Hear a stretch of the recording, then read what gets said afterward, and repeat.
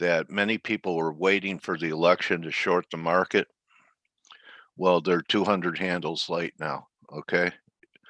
So when everyone's waiting to do something at a certain time and the narrative is bought by the majority of waiting until the election to short a market, I become skeptical. So, uh, pretty negative week. I don't think this is it. There could be bounces, but I actually think next target is around 3120. Hey, how are you, Giuseppe? And eventually 2900. I have a couple of speed lines that have confluence right here, a little bit under the 2900 level. Okay, so definitely a negative week. We could have some bounces here when I look at it short term. Look, you have a little 1, 2, 3s. Okay, so let me just get rid of this. So, um, something that I have noticed, and I was negative gold because, I'm still positive the dollar. I've been talking about a move in the dollar up to about 95 and a half or so. But something I've noticed on the DSI, there's hardly any bulls left in the metals. Okay, I mean, you have something like 18 and 17 for silver. And when I look at the gold intraday here, look at this. 1, 2, and I'd be waiting. So I'm starting to look ahead towards next week, looking for a third drive here. Silver's actually tougher than gold the last couple days, you could tell, but you have a 1, 2 here. Gold structure, actually RSI structure looks a little better, but I'm going to wait for a break to new lows next week and look for a buy. If we get back above 1880, which was a breakdown, then you have something interesting happening. Also, the day, the big down day that we had on Wednesday, I said there was no flight to quality into the bond market, and the bonds sold off pretty good.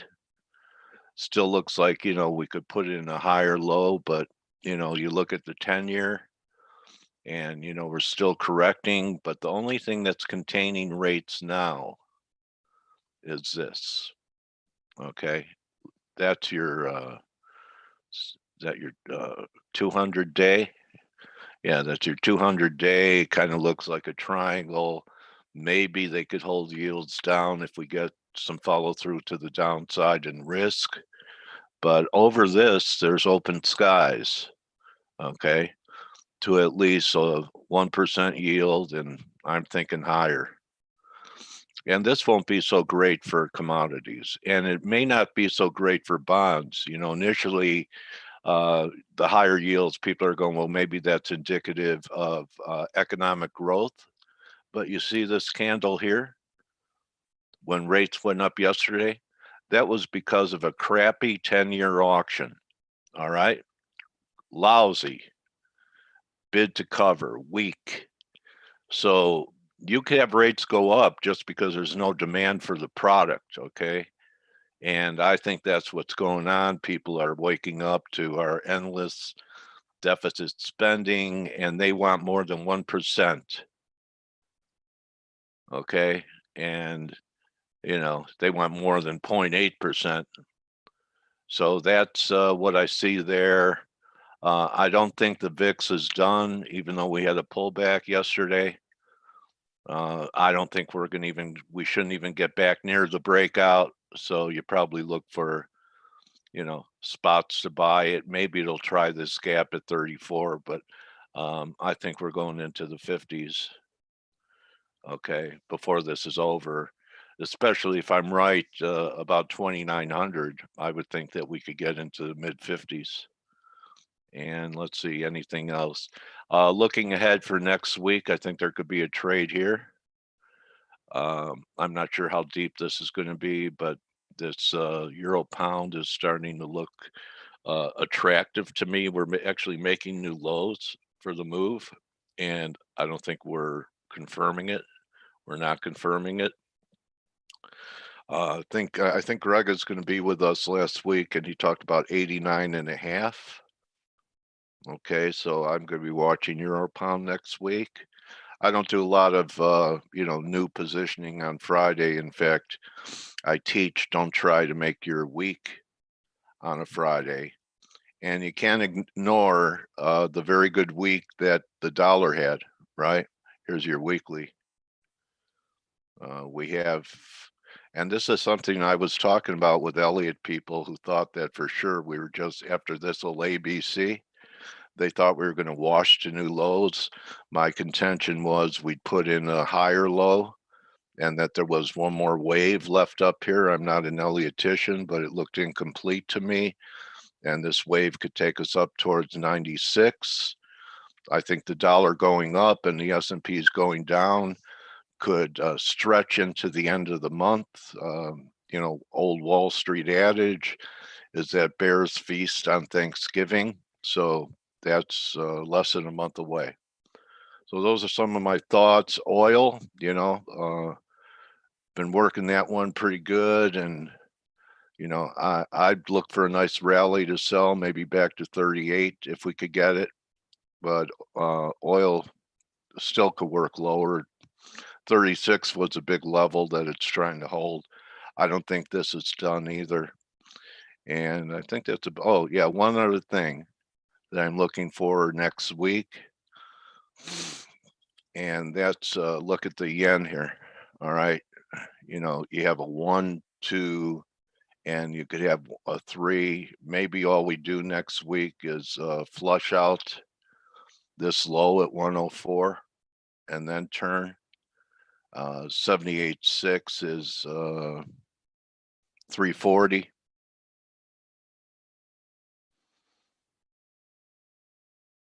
Megaphone daily, yeah. So, and this is part of the rate trade. Okay, so we'll see what happens. Hope everyone had a good week. It's always our mission every day to build up identified traders, leave it all out here on the floor for free for you guys. And the way to say thank you is to become a subscriber. So if we've helped you in face on our dime, why not reciprocate? And that's my pitch. So Blake, TGIF, buddy. Oh, I'm glad you do. I'm glad to add value and help people. This is not an easy thing to do. It only took me 40 years, and I'm starting to get the hang of it after 40 years. Okay, so don't give up. I'm a late bloomer, and I've been in this business all those decades. I still haven't wilted. Oh, good morning, Dale. Just some some nature metaphors. What? How are you, my flower? Oh, geez. The flower's wilting. My eyes are watering actually. Oh yeah. Morning. Yeah. The winds. I'm just tired. It's the end of the week. Yeah. My wife wasn't feeling well, so I went and slept in the spare bedroom and Oh gosh. And yeah, the bed's not as comfortable as ours. I mean, it's still decent, but it's not your own bed. You know what I mean? So I do. I didn't ever sleep well. on a roll out bed from a couch with the iron bars underneath when the it mattress? like jabs you only when I was at a Motel 6, Dale. Back in the 80s. That's all. Yeah, that's what I did too. But I was on. That's what I had at a house. Whenever we would do when our kids were younger, we'd always stay at a Embassy Suites, and the reason why we stayed at Embassy Suites is because I like the breakfast. Well, you could. It's great for families because you have a extra room that's like a living room that has a couch. and then you get breakfast in the morning. So it's just for as a And parent, it's happy hour. easy. Huh? Oh And yeah. happy hour. As a Yep. parent, we didn't take advantage of that, but it's just easy when we were going, traveling places, just to stop in those hotels versus, you know, trying to stay at a Hyatt. And it's like, okay, we pay double the amount, and that we have no amenities, and it's like the rooms are small. It's like, screw that. So we'd go to these Embassy Suites, but the kids would always complain about like the couches, Oh yeah. that bar in it, and it's like, hey, you can be sleeping on the floor. I mean, you'd be all right. You're not gonna Yeah. die. Hey, That's great job on that blog, Blake, you huh? and the team. What? Yeah, I want to make everyone aware, a lot of effort went into painting different scenarios on the election. Blake and the team put together. When's that going to be out, Blake? Well, it's supposed to be. Well, I wanted to put in fresh charts today, Okay. so it'll be out by tomorrow, by the weekend. So you guys will have the weekend to. Okay, so let's talk about that for a little bit, because Okay. obviously the election is going to be Tuesday night. Yeah. So that means Monday and Tuesday we'll have time to talk about here. Yeah. We'll have time to. Sorry. We'll have time to talk about the election. Sorry about that, guys. It's just, I'm tired. Friday. We'll have time to talk about the election Monday and Tuesday. But you guys will be able to read the blog, and you'll have a good basis, an idea of what my general thought process is. There are a lot of different scenarios that can happen, next Tuesday. And that's the key component of it all. And uh, one of our traders in the chat room was like, hey, do we normally have volatility, on election day or up to election day? And I think we're just going to be kind of drifting around the next few sessions. It's not going to. There is something really important actually that's happening on Monday. We have the RBA rate decision. So if you're like me and you got some Aussie exposure, it's we got to pay attention to that, because the RBA actually meets ahead of the election Monday night. So, which would be Monday. Wait, Monday night. Hold on, let me double check that. Monday night, which I think it's Tuesday morning. I need to confirm that. Give me 1 second, guys. It is Monday night, Tuesday morning. That's what it is. So yeah, it's Monday night, Tuesday morning. So we're gonna have to pay attention to that if you have any Aussie exposure. I'm not sure if I'm gonna have some Aussie exposure going into that. Depends what happens today. But anyway, that's something that's happening. Just so you guys know. But more than likely, it's just going to be kind of range bound activity between now and Tuesday. It's probably not a bad idea to consider, um, having a little bit less exposure. But if you really believe, and this is the one thing I will state, and I'm going to state this for today, and then we're going to get into the charts right now, because Greg is going to be here today. Most scenarios that I see point to a continued equity market rally. Believe it or not, Dale, thinking it all through and thinking it all out, most of them would be an equity market rally. The problem that we would have would be like a Biden win, and people didn't downvote ballot, and we had a Republican Senate again, and a Democratic House. I think that would be more of our risk off scenario, just because Biden wouldn't be able to get anything through the Senate, and we would just be like, oh shoot, there's no stimulus coming, that type of thing. So anyway, but for the most part, every other scenario continues to point to stocks moving higher going into this next year. So With that being said, you might get some people preparing for higher equity prices, and that's why being at support here in the S&P, I think I'd be very hard pressed to be short down here. I would think that we drift back up towards 3,400 over the course of the next couple of days, or maybe even 3,350, something in that neighborhood. But back to mid range. I think that's what the market's going to be probably doing. And if you think about that, how that works with the dollar, that means the dollar probably if you really believe equities are going lower, you need to be also believing that you should be selling dollars, because no one's going to want dollars as they deploy for the continuation of a reflation trade. So, if you really believe, hey, stocks are moving higher, I'm going to be selling dollars, this might be the day that you sell some dollars in preparation of,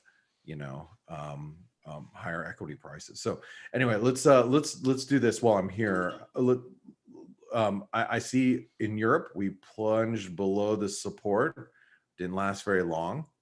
Price stop. This looks like a very big stop run right here. So I'm going to write down that today, even though we've been below it, 3250 is support for the S&P. Okay. Resistance today will be 3340. This 3343. There's 3363. So I'm going to call it in the middle at 3350. And I think we're in a range, and I wouldn't be surprised if equities, power back a little bit today. All right, let's go into the currency pairs now.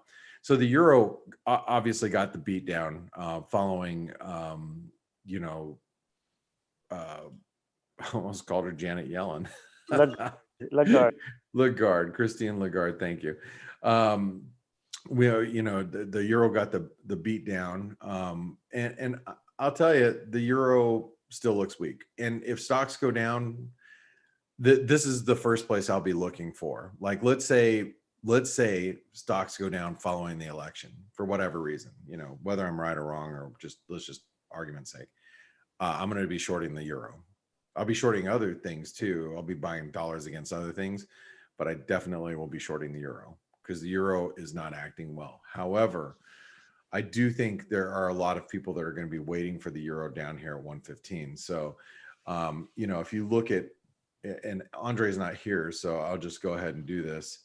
If you look at kind of what's developed here is, we could get, a euro continuation move down here to 116.30. I think that should offer us some support here. Then this 127% extension, but we might be just stalling here at the 78%. I'm going to write down 116.30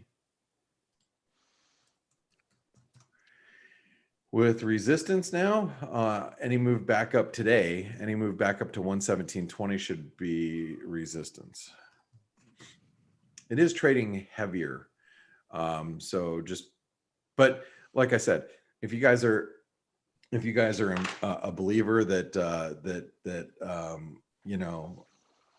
dollar should be going lower and stocks are moving higher, maybe the euro is a great value right now, because now everybody knows, because everybody already knew that Lagarde's going to set the table for basically more easing come December. We all knew that.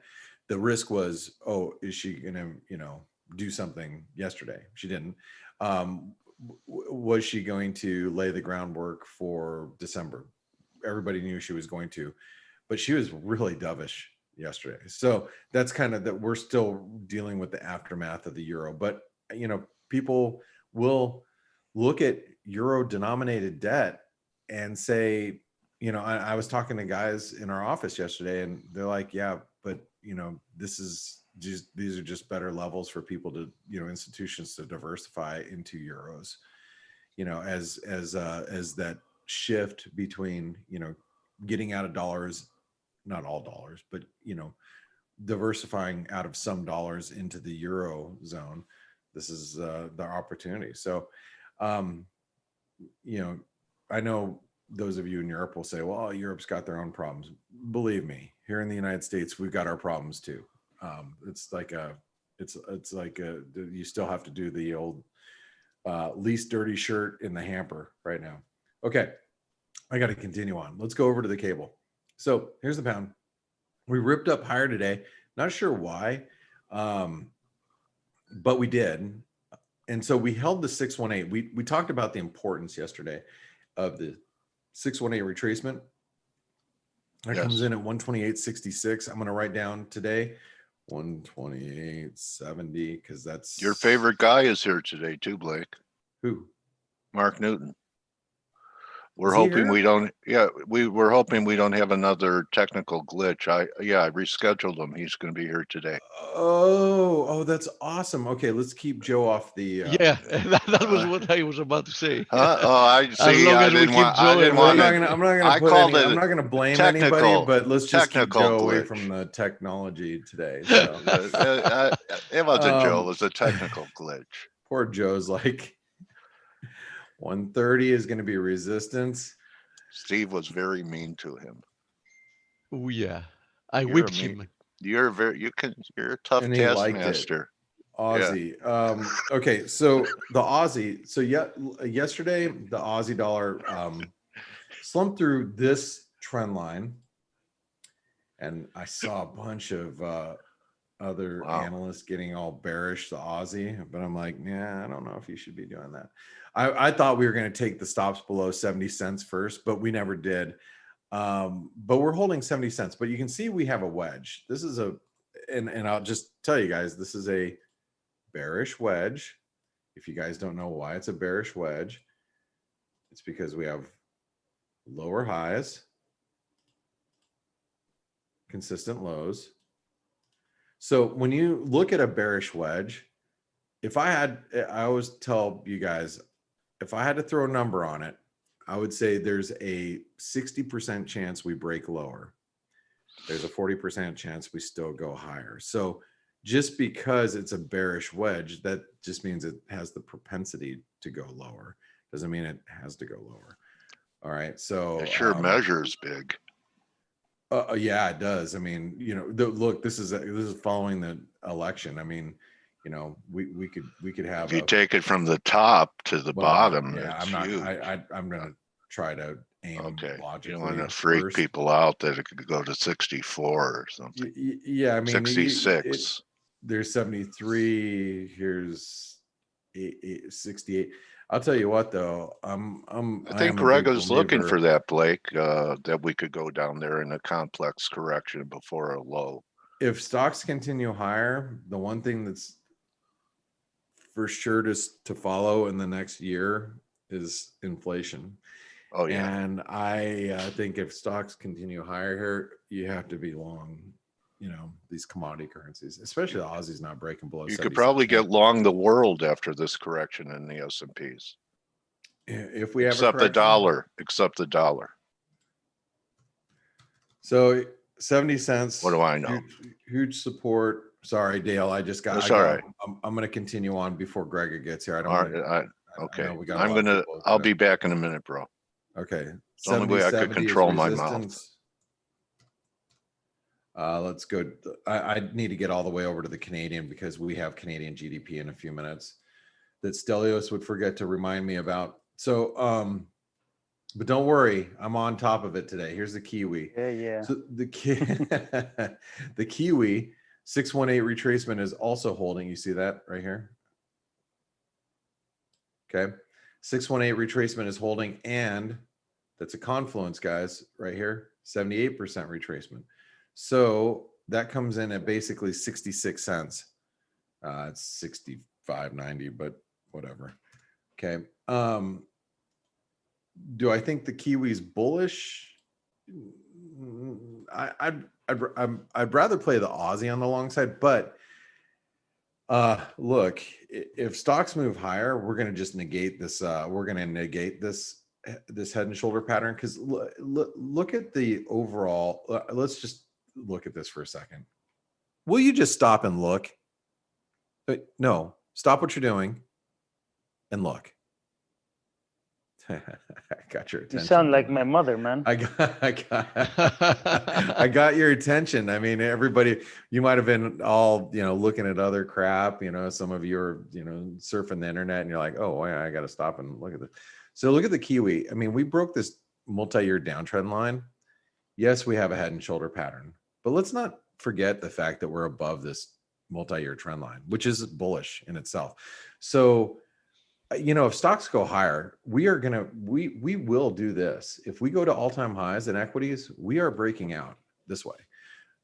Don't think I'm all hung up on a head and shoulder pattern. The head and shoulder pattern is the least exciting thing for me to actually look at, but I have to recognize it. But that doesn't mean that I'm, shorting the Kiwi right now. I didn't mind shorting the Kiwi when we were up here at 67.20, which I shorted earlier this week, I think on Monday. But that was Monday. Today's Friday. Crap's different now, right? It's a different world we live in a few days. So resistance intraday, 66.60.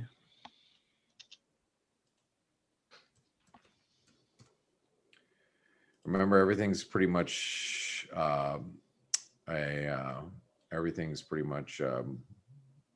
range bound for right now. Here's your hourly head and shoulder pattern on the dollar Canadian. Let's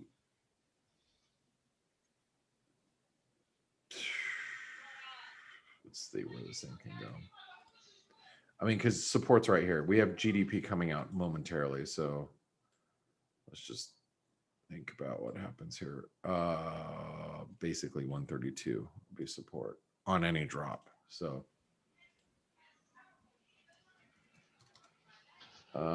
resistance 33.50. Sorry guys, I'm just doing this quickly.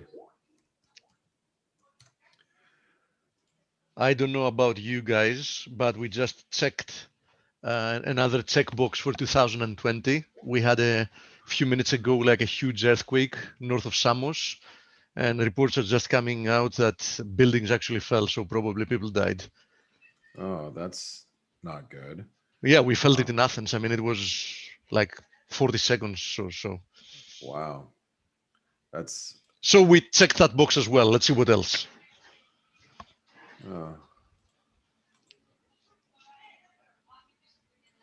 We have a double top in the dollar Mexican peso setting up, which could take us all the way back down to 21.10 today if that happens. 21.50 continues to be key resistance. We've been talking. I think we've been writing down 21.50 or 21.53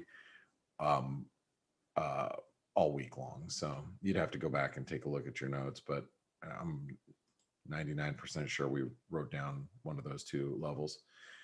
50, 53, it comes, is it 53? Yeah, 21.53 is the 38% retracement. Here's the dollar Swiss, 91.60, still holding. 91.60 support will be 91.20 on dips. I'm not We go excited data about in that. 30 seconds. Okay. All right. How many seconds? 30, 25. Here's the dollar Canadian. Let's just watch this little head and shoulder pattern. Shoot, I did not want to do that. Okay. Calendar, data flash. This comes with your Forex Analytics subscription, guys. Here is, we have US Core PCE coming out. Okay, here we go. Let me get a drink of my coffee while we're waiting for this stuff. Canadian GDP. It's a beat. It is. Dollar Canadian ain't doing squat. Let's see. Has PCE really just not come out yet? It's late. Yeah, it's late everywhere. Yeah, here's Bloomberg. So industrial production is out, worse than expected. This is Bloomberg, guys. This is the economic calendar on Bloomberg on my desktop, but okay. Oh, here it is. Okay, now it's out. Personal income, a little stronger than expected. Oh, I'm telling you, guys, you know, the stocks rally following this election. You just gotta probably gotta buy the Aussie, buy the Canadian dollar, buy Mexican pesos. You know, just we're gonna see inflation coming soon. And that's, you know, you look at these charts and like even the Aussie, I'll just do this really quick and then I'm gonna get analysis done really quickly. This is the long-term view of the Aussie, but look at this. This is the COVID capitulation, if you will. That was such an aggressive move down there. I'm almost thinking, and you know, I don't like to say this often, that may be a generational low. I mean, we may not see that for another. I mean, the global economy would have to implode completely for that to be tested again. I'm almost in that camp right now. But you look at the monthly chart. You could be right, bro. Yeah. Yeah, I mean, I actually think that the Aussie dollar is probably going, you know, into the 80s in the coming years. So anyway, okay, we could get in a whole conversation about that, which I don't have time to do right now. Here's the US dollar Norwegian krona. So here's the US dollar. Here's a double top setting up, right? Support, breakout point, 940, resistance, 960. That's the 161% extension of this move. So you guys know, especially if you're Forex Analytics subscribers, you knew this was going to be a resistance. So you were selling it. You know, look at the analysis. Like I said, I love trading Norway. I just didn't do it last night because my focus is on the Aussie right now. But you know, 161% extensions at 959 level held, and the 200 DMA was there too. A risk of a move back to the 940 level exists at this time. Okay, well, you know, if you're like, well, shoot, I'm going to just sell it when it gets to 959 at that 618. Well, you did well. Okay, so now you just move your stops to break even and hope we get back down to 940 and we get this hourly double top. Hourly double top will take you right back to 940. Okay. All right. Moving along. Where am I at? Dollar yen. I'm just trying to get this done. Oh, here's the dollar index. Trying to get this done because Greg is coming. And I hear winter's coming too. I miss Game of Thrones, man. That's such a good show right up until the end. And then why do you miss it? We're living it. Yeah, we are actually. It's true. That's true. All right, here's the dollar index. I do believe we're consolidating. We hit 94 yesterday. We went to 94.10. So we kind of overshot the resistance we wrote, but that's all right. Overshites are great. Except when you're on the toilet. Oh my God, I'm cracking myself up today. All right, so 94 is going to be resistance once again, and we'll write down 94 as we, try to build this triangle ahead of the election. Support today will probably be right down here at 93.60 roughly. So that should hold us for today on any dip. Dollar yen. This is my chart of the day yesterday. I'm going to tell you, I traded this really poorly yesterday, and I'm going to share with you what I did. So I was short dollar yen yesterday, and going into Wednesday. So let me just explain to you what happened here. I'm short dollar yen at 104.40, right? Roughly somewhere around this area. I was short because we broke this triangle. we hit new lows, and I saw it hit new lows, and I saw us diverge, and I'm like, it's probably going to bounce. It did, it bounced, and it got right back to 104.40. And this is now it's back to my break even point yesterday. And I'm like, man, this stupid thing's going to break out. It's going to go back above 50 and take all the stops above 50. And I knew it was going to, so I closed out my dollar yen for a loss yesterday. I end up sitting in it for 2 days. I lose like 6-7 pips on it. And I go, okay, when it breaks 50, I'm going to trade it on the long side because now it's going to catch everybody short. I'm going to get long. I got long at 52. And then it just flip-flopped around for like 10 minutes, around 50 to 52, back to 49, back to 52. It got to 52 and I said, you know what? Screw it. And I took it off for break even. And then literally as soon as I took it off for break even, it spiked up into the 70s. Really within probably 1 minute of me getting out. So I've left it alone since, but man, that was a frustrating 3 days for me in this dollar yen, 2 days for me. Do we get a false breakdown? I just have to point out that we don't spend a lot of time below 104, 105, really. If you look, this is a monthly chart. We just don't spend a lot of time below 105. So you have to be really careful being on the short side. I'm not shorting it unless we get back below 104. So I'm going to write that down. I honestly find it hard to believe that this is a free floating currency. Yeah. I'm just not going to be excited about it unless we get back above 105. That's it. I'm just going to leave it alone because it's so ungodly frustrating right now. And it's probably not going to move until the election. So last but not least, let me just do this really quick. And I know, Greg is here and Steve's got to say something. Stelios has got to say something. Everybody's got to say something. So I'm just trying to finish this up. 1890. And what we wrote down yesterday is 1860. I think the same numbers, right? You guys have fun with that because that's what we're dealing with. Okay. So there's your bias chart. It's done. It's finished. And you notice everything says range. That's what makes this so fun. All right, Steve Stelios. It's Thank all you, yours. Professor Morrow. Hey, Blake, thank you. TGIF, guys. Good luck. Yeah. Hey, Started nicely here in Greece. With an earthquake. I really, really hope you guys don't, witness another earthquake. Did you feel it, Steve?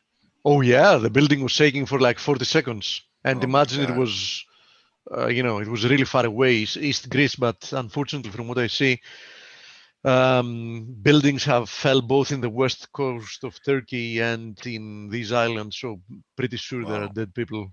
So let's So if I move look from at something California really to quick Greece, while we're go ahead. here. Okay. Go ahead. So this is a map of Greece. If you guys have never been to Greece, this is one of my favorite places on the face of the planet. The only reason why I partnered up with Steve and Stelios is so when so he can have free vacation. Yeah, when I have someplace to vacation, that's it. By the way, there is where it happened, Blake. If you see that island, northern east side of Greece, east side. Okay. East. That's the west. Northeast. Oh yeah, over here. East and center. Yeah. Samos.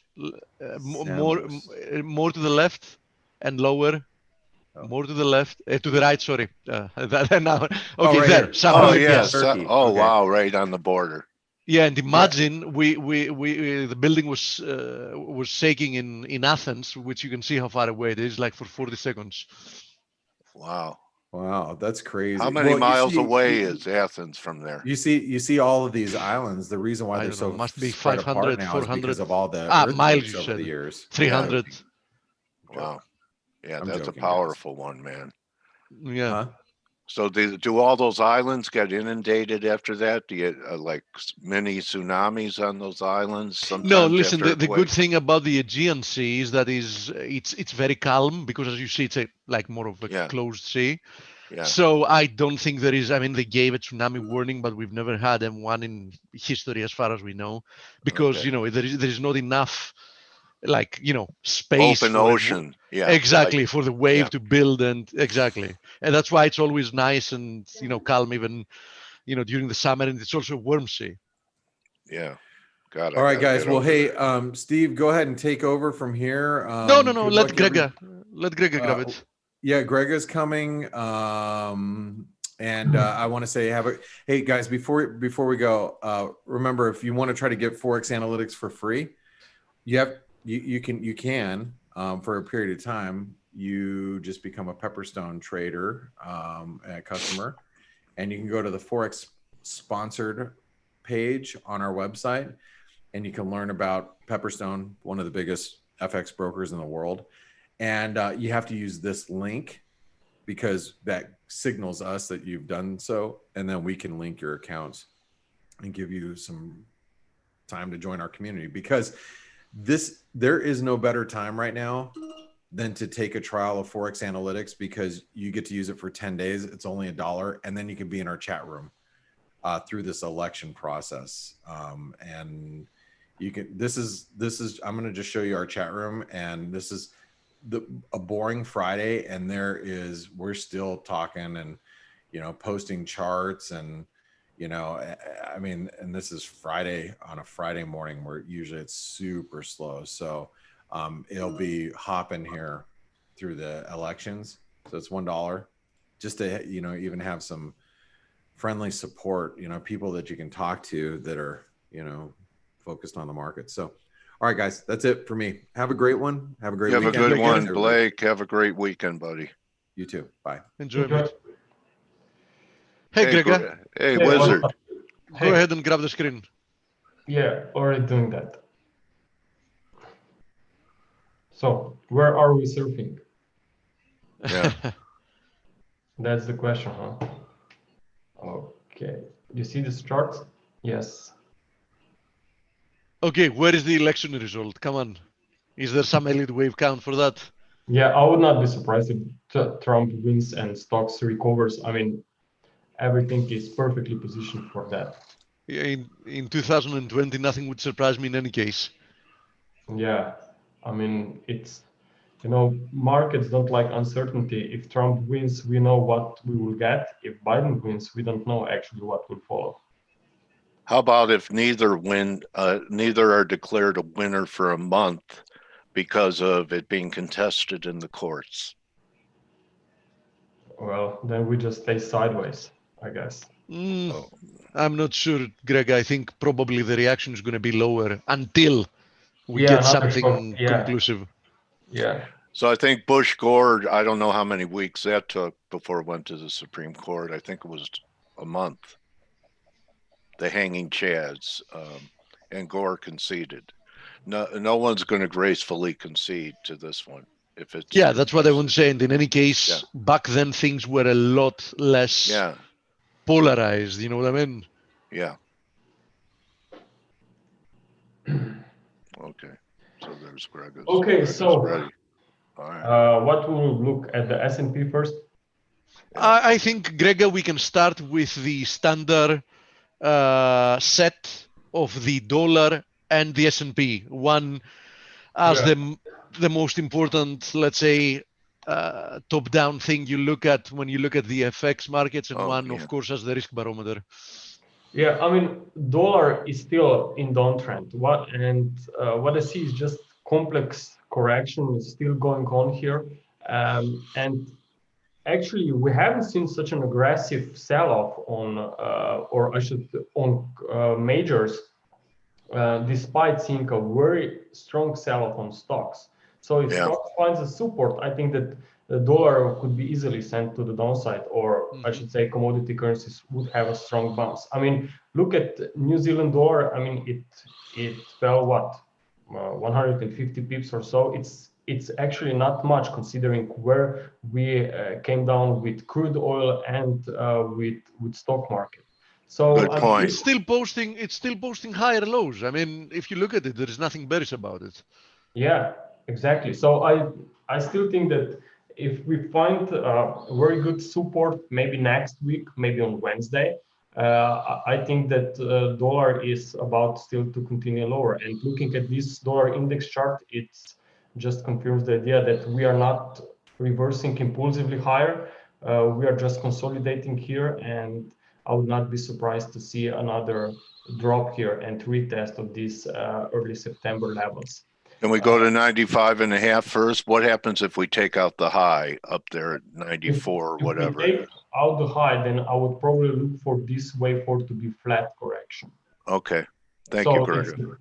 The key is that the first leg from the lows was in 3 waves, not in 5 waves. And always when that's the case, then you know that either that's a completed correction or part of a complex correction, like we are tracking it now. So if we had a quality from B down there at 92.30, 92.40, that would take you there, right? 95. Exactly. Okay. Yes. But so far this move towards 95, I mean, looks promising based on this short-term structure, because this could be also ongoing impulse, not necessarily a free wave rally like I have labeled now. I mean, it's still a little bit early to say where we are here, because both of the patterns are incomplete. So we are in the middle of this process. Okay, thank you, Wizard. And since we mentioned this, the S&P 500, I mean, even here, we have only 3 wave drop, okay?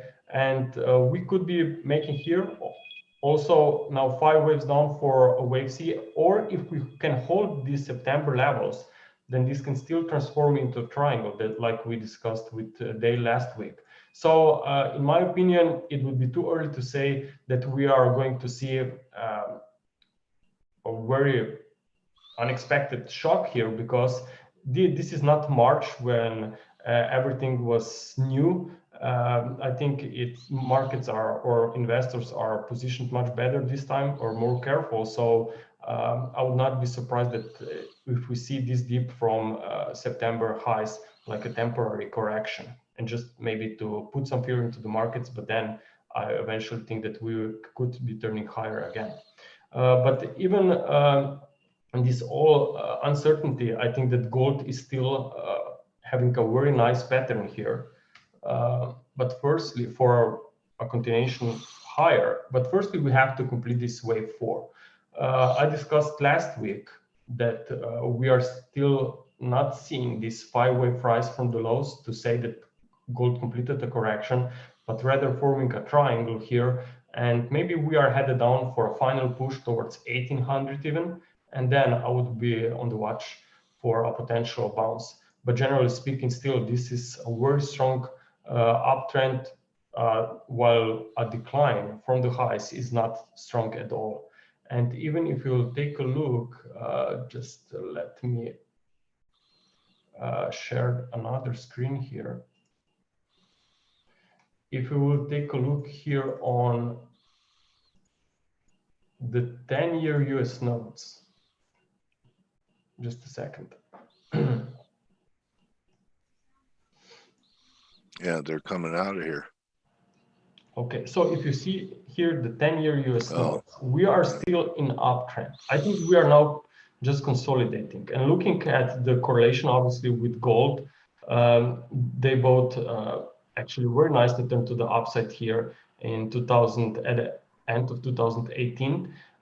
So if this 10-year US notes is going to see more upside, I think that gold here will also make a very nice push higher. And based on what is going on, I just assume that this could be a very nice setup actually. So I'm just waiting on this gold to complete this current retracement, and then watch out for more, for potentially even on the short term, some long opportunities. Now let me go back to those charts. Okay, now also another market that is important is crude oil.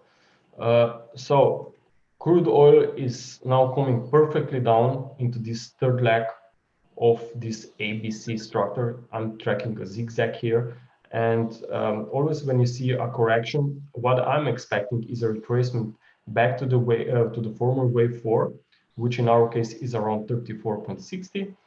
or even back towards 38.2, which is slightly above $30 per barrel. So this whole zone, I think it's a very, very important for $29 also a nice area of support, Gregor. If you 29. look at the continuous, yeah. Okay, good.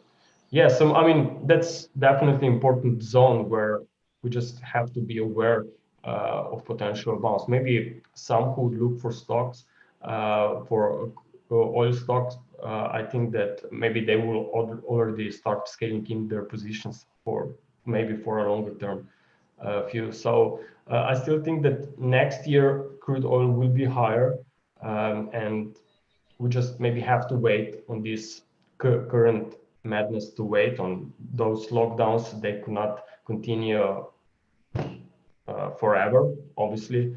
So we will see what brings December. Maybe then we will already have more answers to that.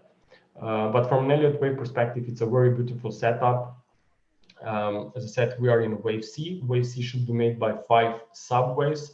For now, that's not the case yet. So maybe another push down, maybe, as we said, towards 34, maybe even $30 per barrel. But then watch out for a potential bounce here. Also, at the same time, we can look at dollar CAD, since we know that if crude oil will bounce, dollar CAD could complete its correction. So for now, I'm tracking still this wave 4. Same story like with dollar index. Maybe that's going to be a flat. Maybe it's going to be ongoing triangle. But in both cases, again, I think that these levels here from start of the year could come in play. Yeah, as you understand, USD NOK looks very, very similar to USD CAD. Yeah. And I'm definitely looking to add more to my position now that it's rebounding. On dollar NOK? Yeah. Yeah, let me just check the structure there.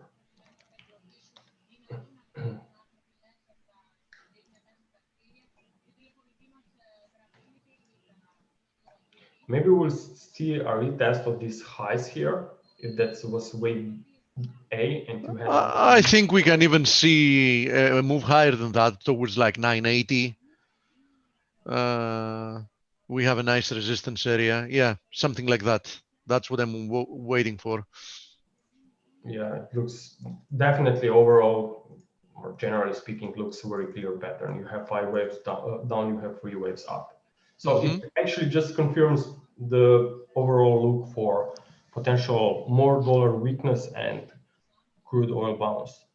Even if you have a look at USD SEK, it looks somewhat similar as well. Also clearly a corrective rebound. I mean, all of those look really, really weak. I mean, the reactions that we've had higher look really, really weak. Yeah, so, but as I said, I mean, to me, the most important is that crude oil came significantly to the downside, very strong moves, stocks as well, but dollar did not move. Yeah, barely rebounded. Yeah, that and Gregor, to add to that, this is not the first time.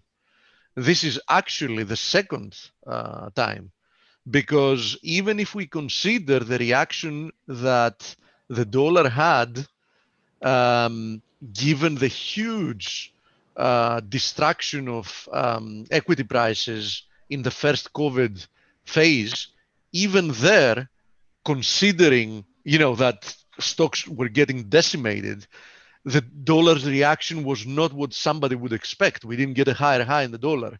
So I think this is the second time that we see, that the dollar is not actually willing to act as much as a safe haven as it did in the past.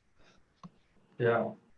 So, I mean, it's definitely worth to observe those commodity currencies. In my opinion, there could be a very good buy. I'm more skeptical on the euro, despite having quite nice structure, also looking corrective from the highs. But it appears that the situation in Europe with lockdowns, it's much more serious than anywhere else. But if I remember correctly, I think that even in March, there was a delay with same restrictions in the US. So we'll see what happens in the US in the next 2 weeks. maybe actually this current. I'm assuming from the rhetoric I've heard, and Dale having boots on the ground can either confirm or deny that. I'm assuming that Biden is likely to put things in lockdown. Yeah. Trump has clearly said that he isn't. But if Biden wins, I think there is a decent chance that can happen in the US as well. Yeah, but maybe Trump is now No. playing the game, just trying to get more votes from those who are against the restrictions, and we know that majority is very. So you mean if the elections are over, even if he has won, he might be more inclined since If the situation worsens, then maybe he will have no choice but do it what's necessary, even if he wins. Yeah. Who, Trump? Yeah.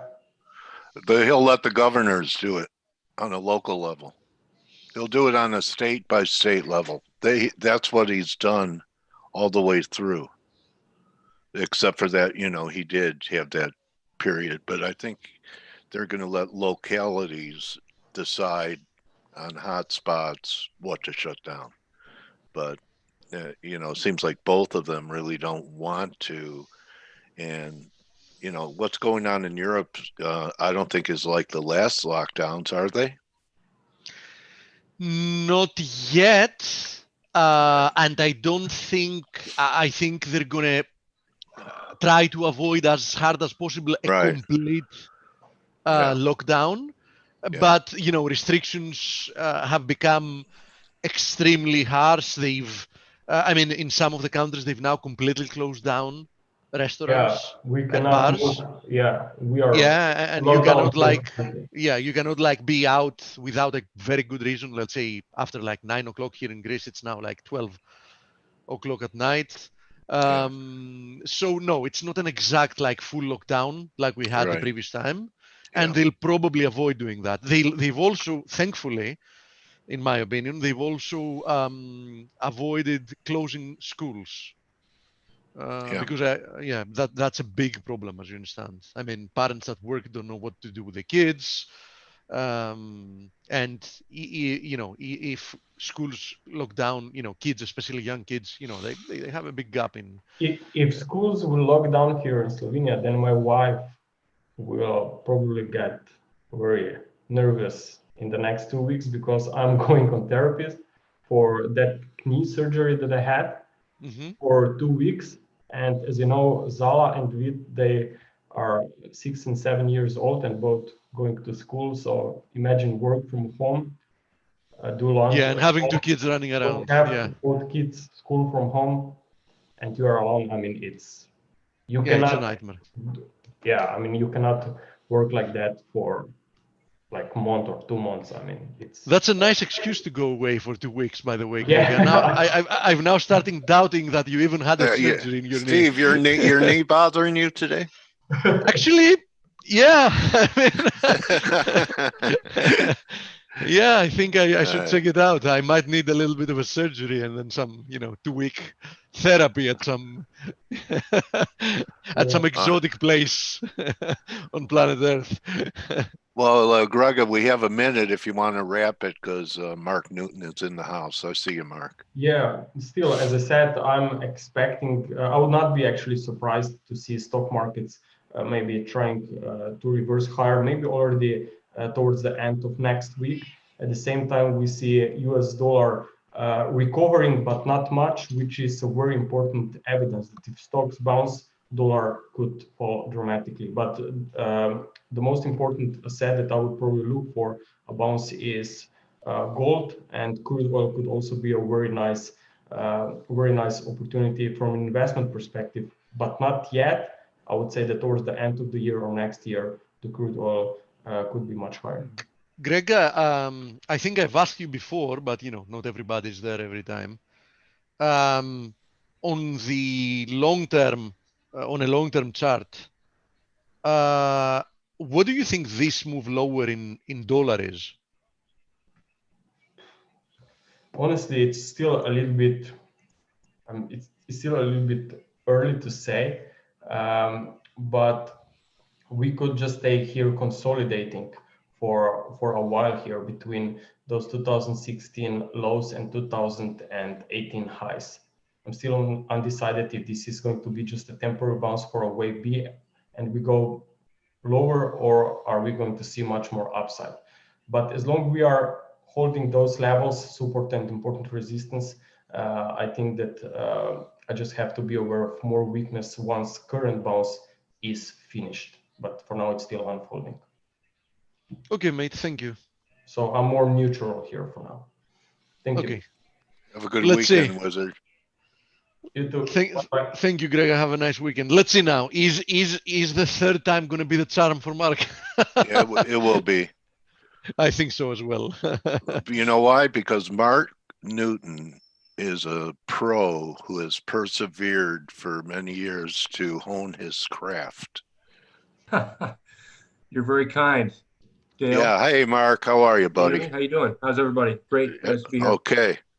So, the last time you were on, did we get this week what you were looking for before your interview was terminated early, accidentally? Yeah, I mean, my a lot of the cycle stuff I look at suggested that we would see some type of a peak again in mid-October. Unfortunately, we weren't able to talk about that in detail. But I think that this is going to turn out to be very much like 2018, not 2019. And so a lot of the seasonal strength that many people historically see in Q4, I think, whether it be because of the election, which a lot of people will say it is because of, but a lot of the cycles tend to, really turn down pretty sharply between now and the end of November. And is that, be very careful. This is a tricky week, and heading into the election, you really want to be long, and we're going to bounce. I'm not certain that we're going to get that result that everybody's looking for. To bail them out yet. People thought we were going to bounce into the FANG earnings, of course, at big tech earnings last night, and now we're lower. And of course, we have rebounded off those lows. But here's just a chart of S&P on an hourly basis. So we have made a little bit of progress. We've gotten up above these prior lows that were breached. So that's a minor positive if you want to say it that. But in general, it's still quite dicey. I mean, we literally just started to roll over on very heavy breadth and volume. Momentum and breadth have been waning since the 12th, the middle part of October. And the defensive trading has picked up. We've seen some real underperformance in technology of late, not just big cap tech, but regular tech. And of course, the dollar started to move up. And of course, that's also something that we all know is important. So yeah, and the clouds, Mark, as one of our attendees has pointed out, that every bounce stayed beneath the bottom of the cumulus nimbus clouds. Yeah, that's right. Yeah, I like to use these on many different time frames. I find they're quite useful, and many times the cloud can act as resistance or support, even if a trend is broken. It's always important to keep those handy. But yeah, you notice on the bottom half of the chart that we are seeing some crosses, a little bit of positive divergence on this little pullback, and so RSI, I don't know. We're in a time when it's the cyclical time for this period between now and the 14th doesn't suggest massive acceleration. It suggests more choppiness, and that you want to take profits right away. And so, be prepared for a quick, choppy counter trend type movement. But the trend obviously is still very much down, no matter what your time frame. And still, it's we've seen that acceleration lower. Momentum is clearly rolled over. We're not really that oversold. So, does this turn out to be a triangle and then we push back the high? I'm sort of skeptical. I think any sort of rally we get after the election proves short-lived, and then we can see. Where's the bottom of that red cloud on the chart we're at right now? That's like 3340. Okay, probably so, like a 38. Yeah, that'd be a good place to fade it if we got there, don't you think? Yeah, I mean, it was the number of things that come into it's not just price alone, but certainly, you want to try to identify when trends, and not only from just short term, you want to look at hourly, you want to look at the bottom of the first move up and then the pullback. And so obviously this area near 30, the bottom of this move also, 3,400 is going to have a lot of significance. So, Yeah. I think the middle part of November has a lot of importance for an inflection. And then after that, you can start to see. So anyway, I wanted to run through just a few of the FANG charts. I think they're very important. One of the key messages that people should realize is that if the market is truly made up of only 5 or 6 stocks, and particularly Apple being 13% of the Qs, then it's really important to use these stocks to either confirm or dispute what you think about the indices, because this is really the market at this point. So, Apple today is trading down under 110. This is NVIDIA. Apple. Here's Apple. Sorry about that. Yeah, failing rally up there at 127. Lower high, maybe a B or a 2. This is a chart that I share with people just on a monthly basis, going back, the fact that you look at a log chart of Apple and everybody in the world was clamoring to buy it when it was going to split 4 for 1. Right. And then, the stock promptly sort of crapped out a little bit. We haven't really had the degree, but, the stock has been okay. It hasn't really shown a substantial amount of weakness. But, here's the longer term trend just from 2013 is down near literally $50. So, Wow. Momentum has gotten extraordinarily overbought when you get on a monthly basis to over 85. You look back in Apple over the last 30 years, it's only gotten up to that level like 5 other occasions. And each one of those times, the stock literally back in 87, it went sideways for almost a dozen years, and in 2000, obviously it dropped 80%. Same thing in 07, we got to RSI levels of near 95. We dropped, from split adjusted $7 down to, $2.50. So, I don't know. I think that the big tech right now is being attacked right now from both the right and from the left. And I think that's really important that both sides are sort of pissed off that technology at a sector that's managed to not only invade all of our lives, but take up the majority of percentages in a lot of our indices and ETFs, And so I look at just equal weighted technology versus equal weighted S&P, and this peaked out back in May. So you had a pretty decent rally up until May. Since then, it's been really choppy. And so, yes, the FANG stocks have done okay into August where most of them peaked. But, this has started to really tail off. You look at MACD turning down. If this red line is broken as an indication of trend for technology, given that tech is still the largest percentage sector, then we're going to start to see real underperformance and largely a larger market pullback. Could this be like 6-8 months of distribution? That's correct. Yeah, the last so this is since May. Okay. So we have 5.5 months of choppiness in equal weighted tech in terms of how it's performed. Right. Whereas like the utilities have done quite well, and that's one thing. The dollar, I think, is something we'll talk about in a minute. But yeah. I stole your downtrend line in the Dixie. I hope you don't mind. I mean, let's talk. Let me share a few more charts on Optima, and I'll switch over to TradingView and I'll show some cycles. But yeah, like Microsoft, I mean, this is anything but all that healthy in a short-term basis. It's very much stalled out since July. Looks like a head and shoulders top, bro. It could be. Yeah. I mean, the lows need to be taken out, and that's the key that I tell everybody that try to front run these patterns, because oftentimes they can just be consolidations and then lead higher. But yeah, for the first time in most of the FANG stocks, you've seen very similar formations. Lower peaks. Those very similar. I mean, a lot of these are just really starting to.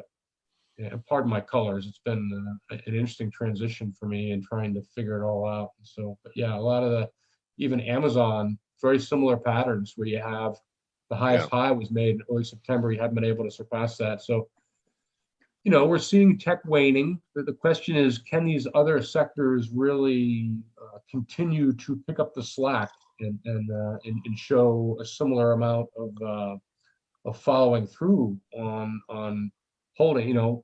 Rates have started to stabilize a little bit. We saw a big tick up in yields, and then you know, even though yesterday was, you know, a decent pattern to be able to snap back. I think that's interesting. But, you know, breadth, here's the breadth. And just looking at the percentage of stocks, for example, above the 200-day, which is now only about 50% of all stocks, 57% as of yesterday. So it's dropped down pretty sharply from 70 back in October.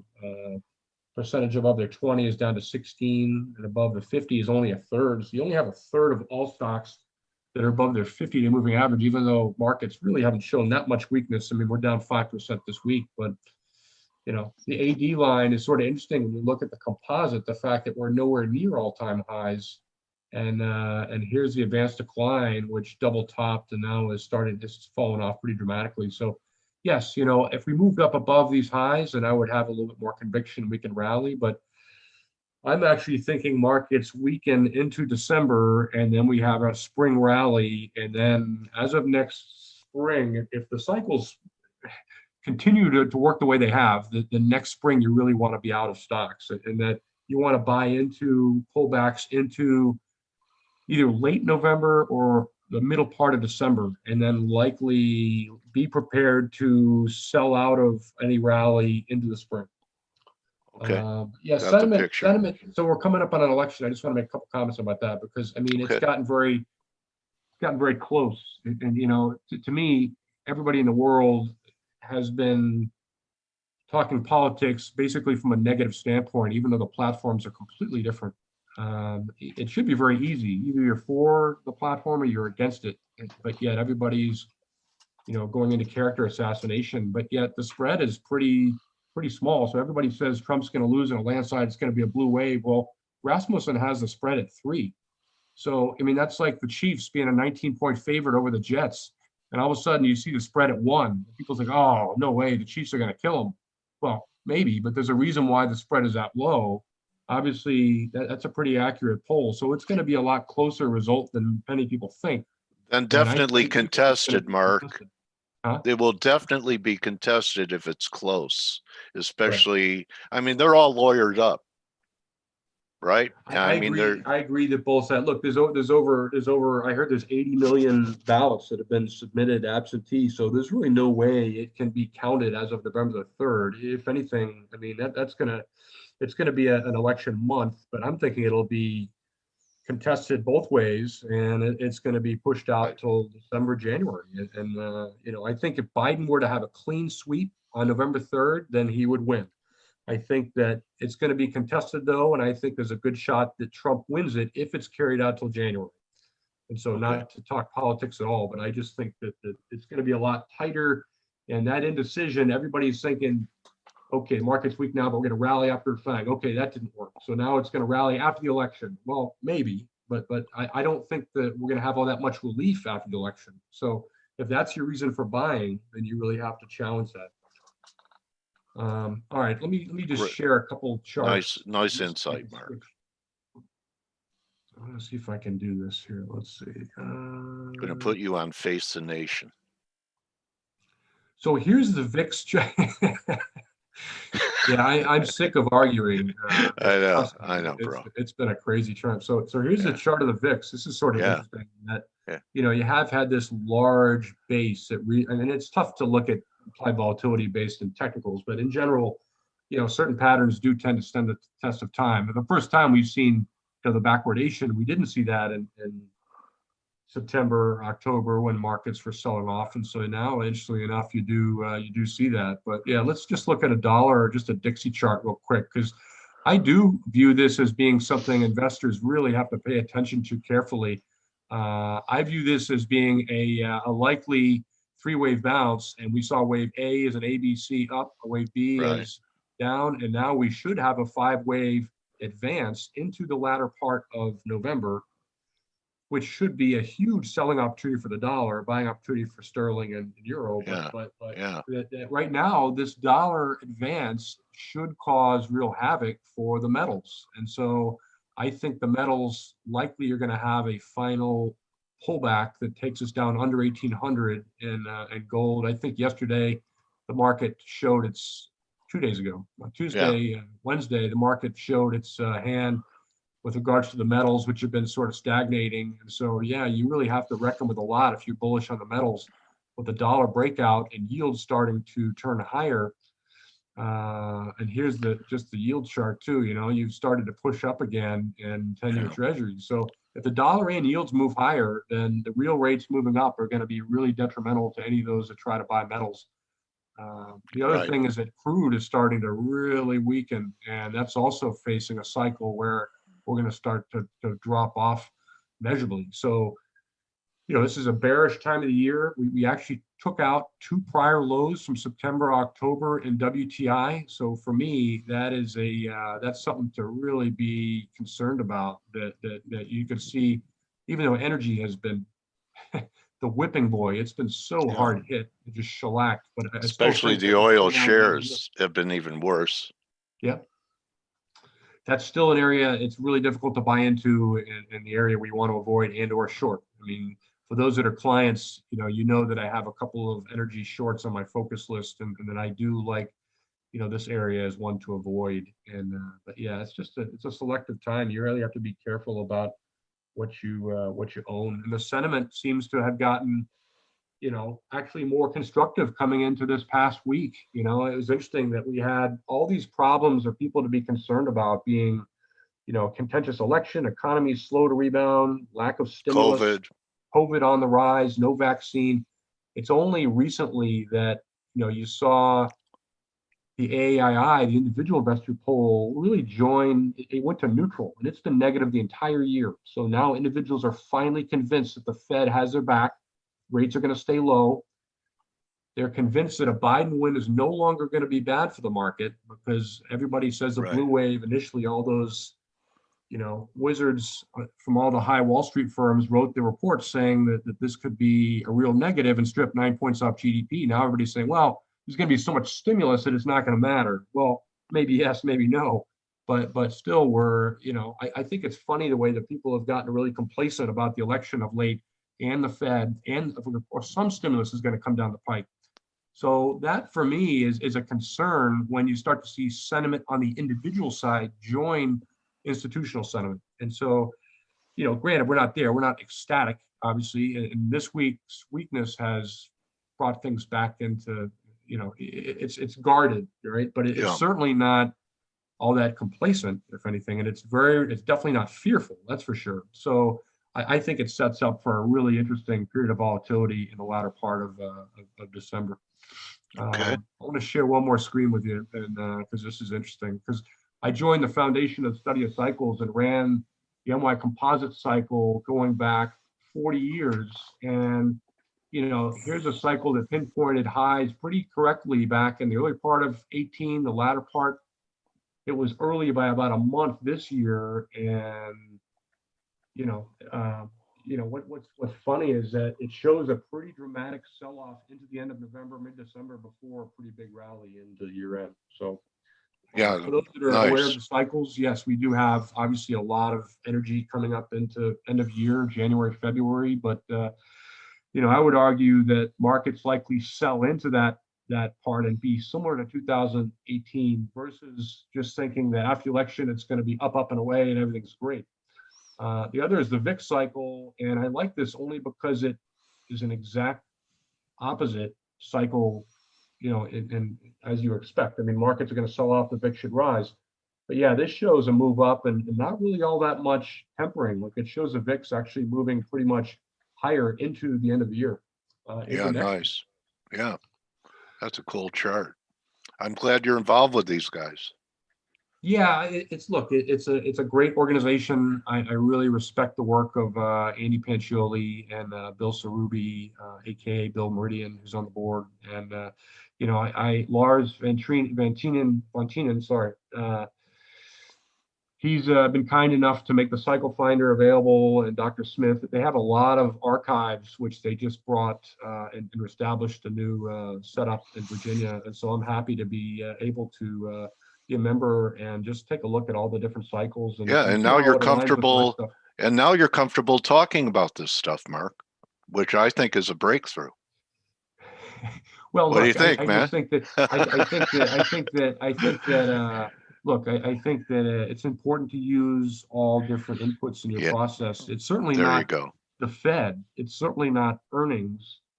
The Fed is not going to be able to prevent the decline. That's a problem. Everybody thinks you follow the Fed, and that's true, but the deficits now are at levels where you can't just continue to ramp up fiscal stimulus, and you certainly can't jack taxes when we're in a recession. So it's an interesting, how do you actually fix the economy and grow productivity when things are dire? And that's my Yeah. issue. This was So like I don't know. a Sir Isaac Newton presentation about gravity. And why don't you show your website, and so that people during this critical time in the markets can be in touch with your thoughts, which, Mark, Blake, you're Blake's favorite.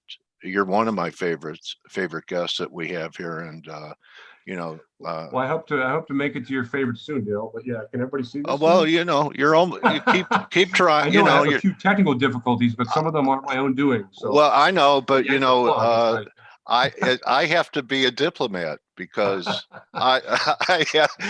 Mark, I have 1,000 favorites. I got you. Fair enough. Anyway, Fair all enough. right. So yeah, I'm at newtonadvisor.com. You Yeah. can follow me at Mark Newton CMT, or simply send an email to info@newtonadvisor.com, and I'm happy to put you on a trial or send you. I put out 2 reports a day. I do a video every day, midday, to describe what I see as being the most important movements in the market and sector rotation and areas of importance for those that like to trade. But yeah, mostly it's just a broad-based technical discussion, very thorough and detailed, very short-term oriented on where the S&P can go, where FX, commodities, and I tend to run the gamut, and I look at a lot of cycles and time work and sentiment, and so I think it's for anybody that has a need for direction in this market that's not just buying every dip. Stop by, see what we're You doing. have the best holistic view of the market. Yeah, I appreciate that. Thank you. All right. So you take everything. You put the jigsaw puzzle together for people, Mark. So again, thanks for coming in during this important time in our history and sharing your work with us. And we appreciate you here at FACE, my trading warrior brother. I appreciate that. Be safe, everybody, and happy, and keep your chins up. The election will be over before you know it. Hopefully we'll return to normal within about 18 months. Okay. Take care. All right. Thanks, Mark. All right. All right. Take it easy. So everyone, that's a wrap for a week. We only have another 18 months of this. You guys okay with that? I'm going to hide my razor blades right now and my rope. I'm going to hide them in the wall safe and try and stay away from them. Anyway, everyone, have a great weekend. We're here for you. We'll be trading through the election. And remember, at times in the market, what's more important is the return of capital rather than the return on capital. So don't just count your pips, count your blessings, everyone. You're welcome, Galaxy, Giuseppe, David, all my trading warrior brothers and sisters. Have a great weekend. Adios. You're welcome, Richard. Valencia, see ya. See ya, Jeff. Back at you. That's right. Do your work over the weekend so you're prepared to execute instead of impulse trading. Shabbat Shalom. Inshallah. Nostrovia. Okay.